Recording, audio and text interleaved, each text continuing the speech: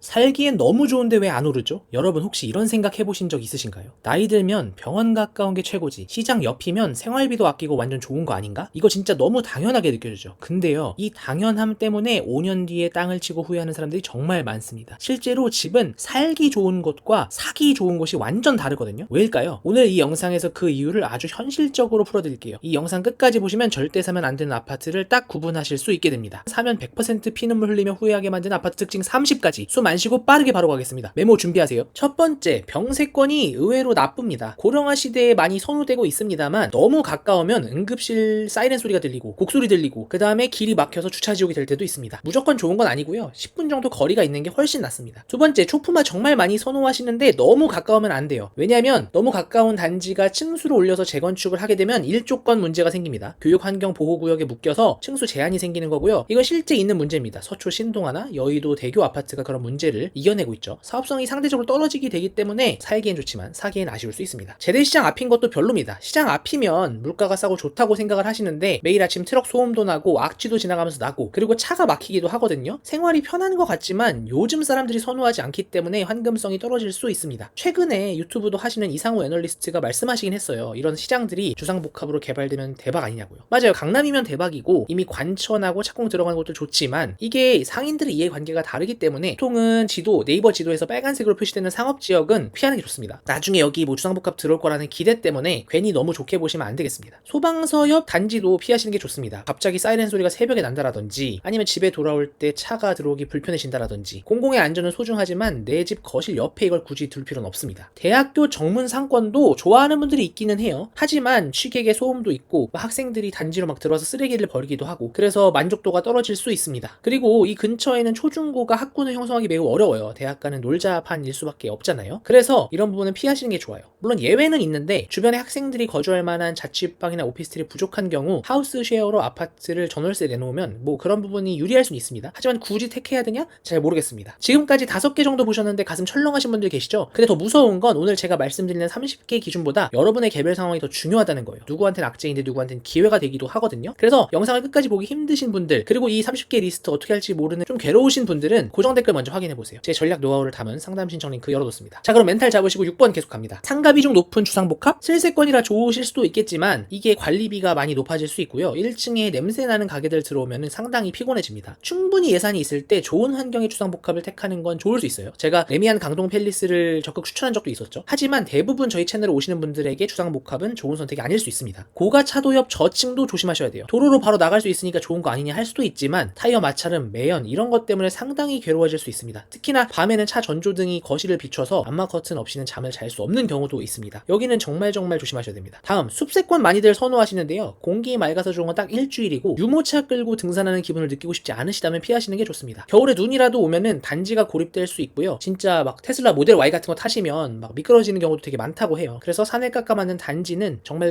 잘 생각해서 고르셔야 하고요. 특히나 아이 있으신 분들은 초등학교역에서 혼자 보낸다고 생각해보세요. 고민이 참 많아지실 겁니다. 습기 가득한 수변공원? 근처에 공원 있으면 좋긴 합니다만 물가가 있으면은 모기떼가 생겨서 상당히 피곤해질 수 있습니다. 최근에 압구정 현대 사시는 분이 계신데 이분이 갑자기 출근을 하시더니 모기 얘기를 하는 거예요. 저희 동네는 아직 모기가 없거든요. 근데 이게 물가라서 그런지 아주 좋은 환경임에도 불구하고 벌써 모기 문제에 시달리는 걸 보면 수변공원은 더 하지 않을까 싶습니다. 기상철 교각이 인접한 것도 위험합니다. 이게 사실은 지하화 계획이 있으니까 재건축할 때 유리하던지 아니면 그 주변 환경이 개선될 거니까 좋다라고 생각하는 경우가 있죠. 실제로 저도 그런 단지 추천하는 경우가 있습니다. 낮은 예산에 동네가 좋아질 걸 고려해서 수익률을 극대화하고 싶은 분들에게 추천을 합니다만 아무래도 조심하시는 게 좋아요. 안양 만안구 언급할 때 이야기했던 것이기도 하고 뭐 이문동이나 구로나 이쪽에서 좀 많이 생각해 보셔야 할 문제입니다. 노후 빌라촌에 갇혀있는 지역도 조심하셔야 됩니다. 내 단지만 신축이면 뭐하냐는 그런 생각이 드는 거죠. 주변이 정비가 안 돼 있으면 밤길에 다니기도 힘들고 학군도 엉망이고 도로도 불편할 확률이 상당히 높습니다. 그래서 제가 일반적으로 투박하게 나홀로는 사지 말라고 하는 이유이기도 해요. 광진구에 나쁘지 않아 보이는 단지들이 있는데 제가 질문으로 그걸 가져오면 되게 뭐라는 경우가 있거든요. 딱 요런 이유 때문입니다. 그리고 뉴타운 예정지 뭐 미래가치 선점 좋죠. 근데 자꾸 주변에 10년 동안 막 공사하고 하고 막 먼지가 날리고 하기 때문에 인프라가 갖춰질 때쯤이면 나는 이미 폐가 막 썩었을 수도 있어요. 아무튼 나중에 좋아질 것을 선점하는 건 좋지만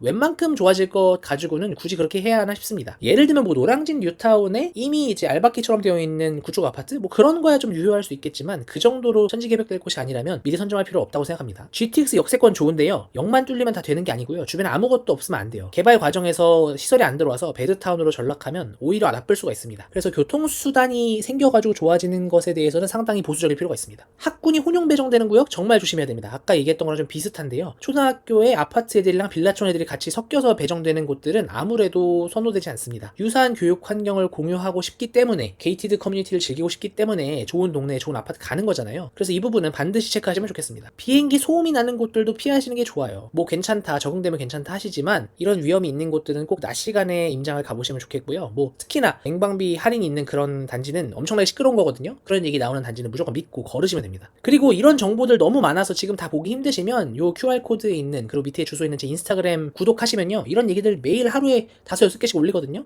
그렇게 확인하셔도 됩니다. 또 넘어가 볼게요. 고도 제한 있는 단지들 피해야 됩니다. 뭐 남산이나 공항 근처라 층수가 제한된 곳들이 있는데요. 이런 곳들은 아무래도 재건축이 쉽지 않습니다. 사업성이 안 나오기 때문인데요. 건물이 낡아도 땅값이 안 오르는 동네는 다 이유가 있다, 이렇게 보시면 되고요. 이 문제 때문에 평가가 절하되어 있다가 이 문제가 해결될 수 있다는 기대감 때문에 요즘 주목을 받는 게 분당이나 수서 이쪽이거든요. 여기 잘 역사를 참고해 보시면 제가 무슨 얘기하는지 아실 수 있을 거예요. 200세대 미만 나홀로도 조심하셔야 됩니다. 역세권이라도 세대수가 적으면 거래가 안 되고요. 거래가 안 되면은 환금성은 지옥에 빠져서 가격이 안 올라가고요. 특히나 대단지보다 관리비는 비싼데 시스템은 부실한 그런 게 문제입니다. 또한 나홀로의 세대수가 적지 않아도 환금성이 낮은 단지들도 존재하거든요. 그게 막 동네가 나빠서가 아니라 서울 한복판에 있는 단지도 그런 곳들이 있어요. 그래서 그런 것을 확인하기 위해서는 세대수만 보는 게 아니라 세대수랑 거래 이력을 같이 보셔야 됩니다. 그리고 거품 낀 나홀로 신축들이 존재해요. 뭐냐면은 신축인데 나홀로 단지인 거 당연히 별로일 수 있고요. 또 생각하지 못하는 게 뭐냐면은 다 구축인 지역에 혼자 먼저 나홀로 신축이 되는 경우도 있어요. 자기만 신축인 거죠. 그리고 그 단지 이후로 재건축이 안 된다?